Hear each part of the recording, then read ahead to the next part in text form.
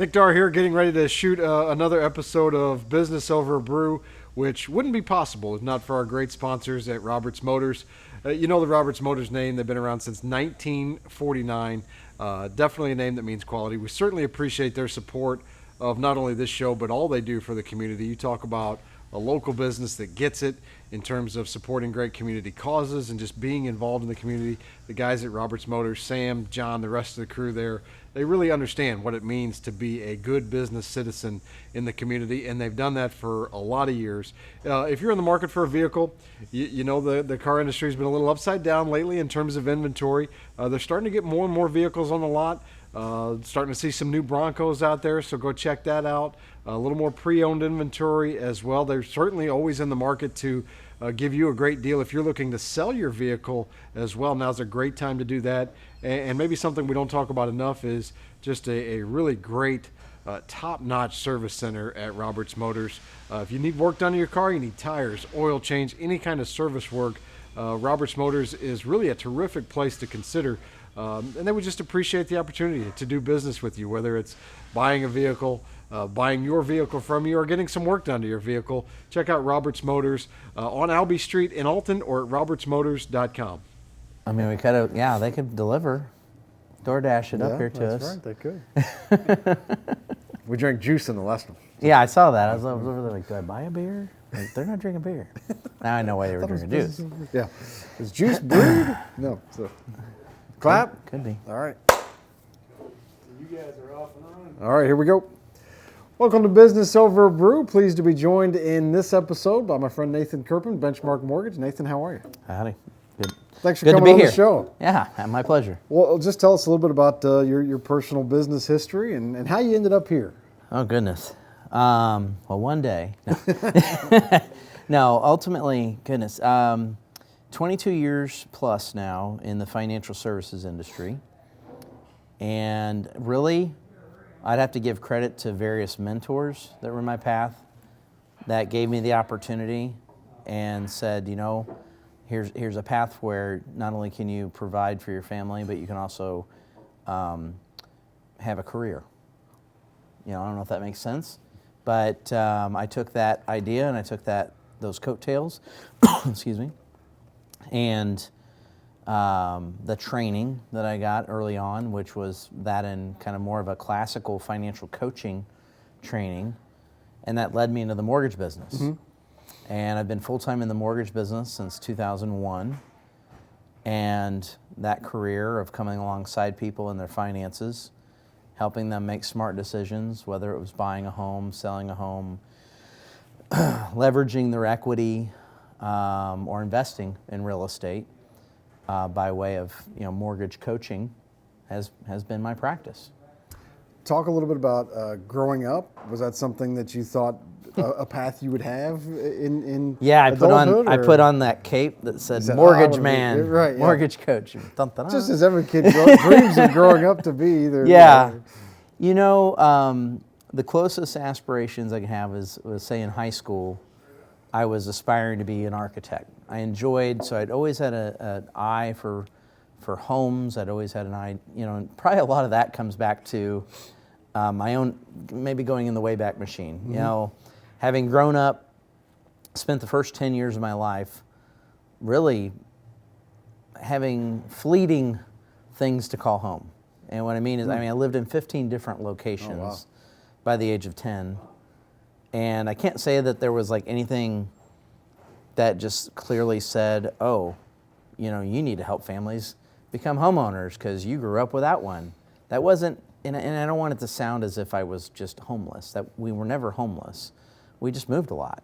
We moved where the work was. Mm-hmm. My stepfather was a bricklayer. My mom had the ability to get a job anywhere as a great server. So she had a servant's heart. Mm-hmm. My stepfather was just a hardworking, like I said, bricklayer who just was very demand. And so when a job would get done, we'd move. Now, that obviously shaped itself into the younger version of me, or a little bit older version of me at that point, 12, 13 years old, where I'm like, hey, we've lived a lot of places here locally, let alone the 15 places we lived growing up. I'd like to do something a little more traditional. right? Right. You know, watched enough Leave It to Beaver to know that there was something different. There was a polar opposite of the upbringing I had, which I never begrudged. Right. But long and short, I thought, you know, there's a path here. You know, this has to be different. There's a way to do this different. I was an only child, and now as a father of 7, you know, looking back, you know, that common question people ask, where are you from? Well, I've lived where I live now longer than I've lived anywhere. So is that where I'm from? I don't know. Right. But, you know, a home matters. And so back to that 12, 13-year-old version of myself where I almost said, like, hey, enough's enough. We've moved enough, Mom, right? At some point you start having that conversation with your parents. Right. You know, I'm dealing with that with some of my own teens right now. They're like, Dad, you know. But long and short, I ended up just kind of saying, hey, this has got to be different. So I think that turned me on to the idea, at the same time getting exposed to drafting in high school and different things like that. That was the closest correlation.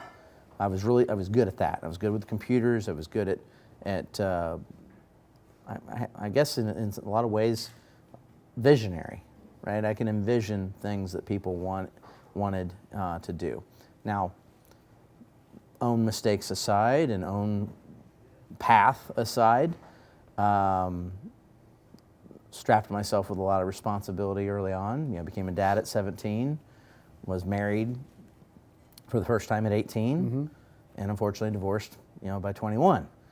But a lot of responsibility At a young age. Right. Which meant I had to go and produce. I had to go out and be able to put a roof over our head, put food in our bellies, you know, pay the bills, and go out there and adult in a very fast-paced way. And that's when I fell in. I was lucky, really in a lot of ways, to fall into financial services. And being a kid at that point, just from Wood River, Illinois, where I graduated, you know, I was able to curtail that into serving my community. You know, serving those that really either needed their finances adjusted, you know, in a time where rates were coming down, right? We're not experiencing that. We're experiencing rates going up, but the inverse of that was 20 years ago, rates were coming down, you know, out of the 90s and into the early 2000s, and there was a lot of opportunity to help families reorganize their finances. You know, that early investment planning and coaching training I got, well, I kept meeting head on with families that were struggling. They were struggling with what it meant to make ends meet each month. So to be a guy in the investment business at a young age myself, let alone running into the friends and family and their friends and family by referral, who were just, you know, hey, I'd love to invest in my own future, but I don't have the resources. And the mortgage became a tool. So I've always looked at it, here I am 20 plus years later, I've always looked at the mortgage as a tool. And I think that's something that's very unique about Benchmark, that's very unique about the Kerpan Group, is we leverage it as a financial tool, not just a means to buy stuff. I think a lot of people slang mortgages, dare I use that term, whereas we coach as to what are the best pros and cons of that, and we tie a client's decision making to the truth, Right. you know, of the matter. Talk about that term coaching. That's maybe a little bit different term in your industry. What does that mean to you guys, and how does that differ from other mortgage companies?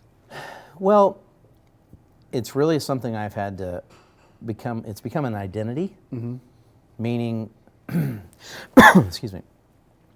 The identity it's really how, it's the questions you ask. It's the conversations you have. It's the care that you apply. And I tell people all the time, it's like 8 out of 10 people really, they don't know it or not sometimes, they want a coach. They want somebody that's willing to come alongside them guide them through the finances, provide them with the pros and cons, provide them with the extra knowledge they just don't have. I mean, the internet's a great source of information. It's not a great educator, right? People can educate each other because we have that nuance, and we can understand. We have empathy. The internet doesn't have empathy. No, so a coach has empathy, right? And internet just has information that's throwing at you like a hydrant. So all in all, that's the difference, and I tell people those 2 out of 10, 8 out of 10 want and need what we have and what we offer. Not everybody finds us. Hopefully some will through this. Right. But the 2 out of 10 that don't, they're just looking for the McDonald's of mortgage, right? Right. They're looking for that fast food experience. They are looking for something very transactional. And those 2 out of 10, I've talked to them. I've had people I've talked to. They're like, wow. I'm like, you really know your stuff. I mean, they're giving me a run for my money, as far as knowledge to knowledge. They've done some research. Right. They're that type of person, but most people don't have time for that. Right. They want somebody that is going to care, is going to come alongside them, is going to see their goals and their dreams, and say, well, here's how you craft that. Here's the delivery system to get you to your goals and dreams. I know sometimes I've sat down with guys that I know that are financial advisors, and they're like, well, a mortgage is a transaction. You don't have clients, you have customers. I literally had somebody say that to me, and I'm like, well, I don't think of my clients as customers. Right. I think of as their clients, they have a need, and yeah, sometimes that's very rudimentary. Like, here's my need, give me this home. But there's so much more complexity to finance than what your best friend did for their house should be what you do, right? There's differences in credit, there's differences in income, there's differences in, whether it's short-term or long-term. And so most loan officers just haven't been trained. I think there's a lot of great loan officers out there that have a heart of a coach, but maybe they don't have the right vehicle, right? They've got a company that's just telling them produce, produce, produce, transact, transact, transact. Right. And that's one thing that Benchmark has managed to do, is because we operate, it's going to sound cliche as I'll get out, but we operate based on core values. And the more I've analyzed those core values, the more I've realized, wow, what they've done a really good job of nationwide, because Benchmark's a nationwide company, is they've done a really good job of making sure the people that get in the door are cut from that heart of a coach sort of cloth. Right. I think 20 plus years in the business too has got to be a bit of you've seen a lot of things. Oh yeah. Yeah, lived it. Right. Talk about some of the ups and downs of those 20 years in terms of just interest rate environments and things like that. I got to give credit to my wife and my partner in life. We've actually celebrated working in the mortgage business now 20 years together as of August of 2022. Congratulations. Yeah, and she hasn't. Is there a knife in my back? No, I don't see one. She hasn't killed me yet. Operative word: if I come up missing, call 1-800. No, but I mean, the reality is we've been through it together, and something recently. Just because, the business is different today than it was in 2021 and was in 2022. It's been a bit of a shift, is the best way to describe that. And with that, it's that reality of we have always been a one income. Think about it. There's two of us, digging that ditch, serving those clients, making it happen. Right. But we've been a one income household. For those 20 plus years now.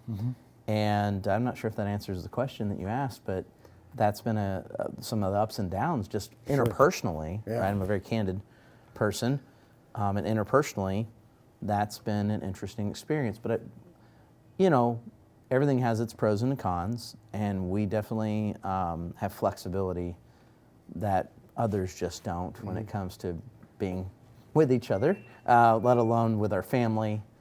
Because I am, a father of 7, 5 of which are still at home. Yeah. yeah, I say that. I mean, okay. And I have 4, but 7's, that's another level. Yeah, we're actually waiting for our second grandbaby to be due. Oh, well, is congrats. due the end of this month, but I think it's going to be here any day now. Cool. We're wondering, Christmas baby or not. We'll see. Right, yeah, yeah. We've talked about with some other guests just how it's different running a business, owning a business, how just, a lot of people that don't own the business, they care about their jobs, it's not that, but it's tough not to live and die with almost everything. Yeah, you never clock out. Is right. That yeah, there is that aspect, especially, Pillow Talk can consist of, did we take care of the Jones file? Or the Smith's going to close on time. Yeah. And we've learned to compartmentalize that, but at the same time, it's, we'd like to, there's no such thing as being infinitely available. There's no such thing as being available to anyone 24/7, because look, here I am right now. Right. I'm only available to you. And by the way of broadcasting, we're able to duplicate, but no other means can I be available to anyone else. And so we don't make those claims, but being the dynamic duo that we are, we've taken the team approach which is very apropos for coaching, right? Sure. Is we have a team approach to how we do things. Excuse me. We do a team approach to how we serve with our realtor partners and our other industry partners. And we treat it as it's one fluid experience that has to live and die on communication. And that's been the real key to success, is just communicating fast and often, and sometimes maybe even too much. Sometimes people say, "Hey, I'm good." Right. Like, update me ever so often. Right. You mentioned mentors, and they've been important for me in my career too. Just share with us a couple of nuggets from some of your mentors that have helped you in business and maybe in your personal life even too. Yeah, so I've had various mentors. The biggest, and I got to give credit to my own mother here. My mother, despite what sounded to be very tumultuous, with us moving, and certainly it wasn't lifestyles of the rich and famous, but the one thing she did really well consistently through my childhood was you can do anything you put your mind to. Really embedding the American dream, what I call the American dream. I mean, our motto as a team is being champions for the American dream. And so the mentors that have helped me see that, live that, started with my mother. With her just consistently saying, "You can," right? To others in my life, despite me trying to get in my own way at a young age and throw monkey wrenches into things, saying, "Well, yeah, you could go this path and provide for a family, but we really see some capabilities here that, with the right nurturing and the right education and the right tools, could go a totally different path." And I was fortunate to have some success in the sales business, whether that was as simple as my first telemarketing job in high school to later being a district sales leader for ADT Home Alarm Systems, which was my first really ability to put food on the table. Right. I realized, I can relate to people's needs. That's really what it was for me, and they kept maturing that. Now, did I want to be, at 20 years old? Did I want to be 30 years old running door-to-door sales crews for ADT? No, I had other mentors saying to me, "Look, there's things you can do. Right. How about you come with me and I show you?" And financial services became that eye-opening experience where mentors had literally, they didn't just say it, they did it. They said, "Here, I'm going to show you exactly what life you can lead." And a simple kid from Wood River, Illinois was taken to dare I just liken it to a Tony Robbins type event 20-something years ago. But and for those that know Tony Robbins, look him up if you don't, and you'll see the enthusiasm, you'll see the crowds. So imagine, take your 19, 20-year-old self and put it in that environment, and you see the world, right? And that's what mentors did for me, let alone saying, hey, here's the template to copy. Here, do these things, and sharing their own past. I think the humility, the candidness that I'm sharing with you today was because people shared it with me.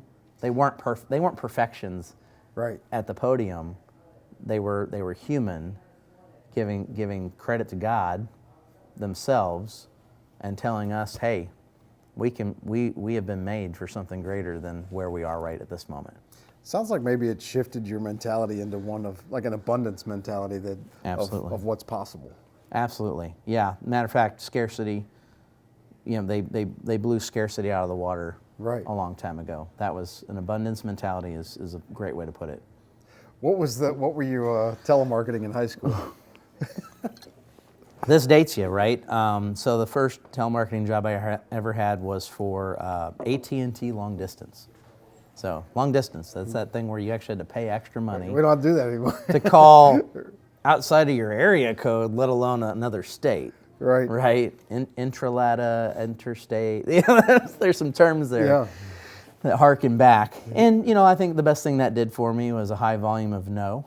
Sure, you get used to it. Okay. She told me no. He told me no. Okay, that I didn't die. Right. I'm curious, do you have any idea like what the percentage was of how many yeses to nos? Yeah. I will admit, I wasn't always the best at following their script, but because I had it goes back to that upbringing. Right. I was always having to either reinvent myself or acclimate to the environment I grew up in, which was a different environment rather often. Yeah. And more adults in my life, in those different environments than children. So who am I relating to? I'm relating to people. So by the time I'm, of that age, even before telemarketing, I was doing my own at-home services where it was lawn care, or one of my friends in the neighborhood did babysitting, and we would do house cleaning together. We could get those jobs. To translate that into telemarketing. And I would say it was probably, if you could get somebody to do more than hang up, my close ratio, as they might want to call it, was really high, and they were kind of like almost in awe. They're like, well, but he's breaking the rules. Well, what he's saying isn't breaking the rules. He's just not sounding like a robot. Right. Well, basically it comes down to, for a lot of years, you've been identifying and solving problems for your clients and customers. Yes. Yeah, absolutely. And that was, that translated then into a very high value need as a 18-year-old dad at that point, with my second child due just before my 19th birthday. Right. And I can reflect back. He's now 23 years old, just married himself. Awesome. So I've got two that have broken that mold, thanks be to God. Right. And they have since. My oldest daughter's gotten married, given us our second grandchild I mentioned. My second son's married, no grandchildren in the foretold future as of yet. But long and short, just reflecting back to that time of, okay, well, we got to get into something that's going to put a roof over our head, because I got to give credit back to family again, because they were taking care of this, what perceivably or easily could have been a slacker at that age, going down the wrong path. And we had the opportunity, and were given the support to then springboard into something that did provide, and it provided very well, and that was working for ADT. A couple minutes left. What are you seeing in the mortgage industry today? Just kind of a market analysis, if you will. Yeah, no, as a mortgage coach, we definitely, I can nerd out on the mortgage talk too. We don't want to go down that too deep. It's a rabbit hole. But what I see is we're in a market that has been and is stabilizing, right? We could not continue to see values increase, even here in the St. Louis market, in the Midwest, at the pace that they were growing. That was unsustainable. Right. Only thing that would have sustained that, that continued inflation, which we hear and see the government consistently trying to stave off now. But the only thing that would allow that to continue is the continue of the increased money supply. And the very increased money supply is what made money cheap. Cheap money means you're lending more money, makes things more affordable. The more affordable this beer is, the more people are going to buy beer. The more affordable a home is, the more homes are going to be sold, and the more they're going to sell those homes for. Right. Especially, so the biggest struggle in the market still is inventory. It isn't lack of interested buyers. The American dream that we champion for is just, it's red, white, and blue. You know, no one had to tell me to go buy a home. I wanted to. Right. Despite all that tumultuous upbringing where I could have easily just lived in a van down by the river, the reality is I wanted to own a home. Right. And I bought my first home right here in the Riverbend, right in Alton, Illinois, and I wanted it in a bad way. No one had to convince me, and the rates didn't matter. What mattered is, did it fit into my budget? Right. Did it fulfill the vision of what I thought was going to be a safe home for my family, you know, at that time, which was already, you know, 2 children. And that's what mattered. And did I have a guide? You know, did I have somebody guiding me through that process a little bit? And I'll say I kind of bullheaded pushed my way through my first home purchase, which has a lot to do with why we serve the way we do. Right. Because I didn't seek wise counsel. I was 2 of 10, right? I wasn't 8 of 10. I was, you know what, this is what I want to do, and I'm doing it, and I did it. Right. And I made some mistakes by not having wise counsel, not having maybe even a home inspector, or not asking the right questions, you know, of the real estate professionals involved, and things like that. So I really passionately deliver that today as a coach, and that's what the market needs. I think, again, 8 out of 10 people want and need a coach. They're going to continue. They need a coach more today than ever, because do I have the equity? Don't I have the equity? How many sellers I've come across, people that want to sell and then buy as the lender, and I'm the first one to do the math with them on what it means to sell at a certain price, you know, and now with the right real estate partners that I work with as advocate, and I'm advocates for, do that with people. Right. So we're not, again, back to team approach. Leverage team approach, every market needs it, fast or slow, and leverage, you know, getting the wisest counsel on rates, the wisest counsel on proper loan structure, right purchasing. Told a client just today, you know what?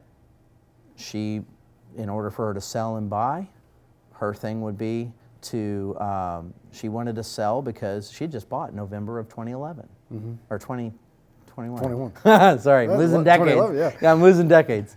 She had just bought in 2021, and something had changed with her son's school.